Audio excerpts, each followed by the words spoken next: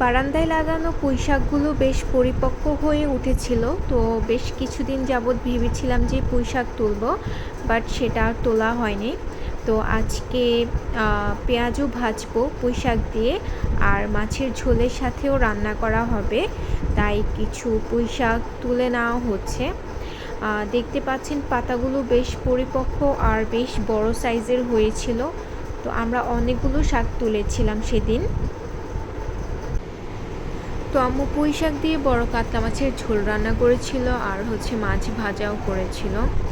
সত্যি কথা বলতে তরকারিটা খুব বেশি মজা হয়েছিল। পুঁই শাক দিয়ে মাছের ঝোল যারা খেয়েছেন তারা তো জানেন খুব টেস্টি এই ধরনের তরকারিগুলো হয়ে থাকে, আর খুব হেলদিও হয়।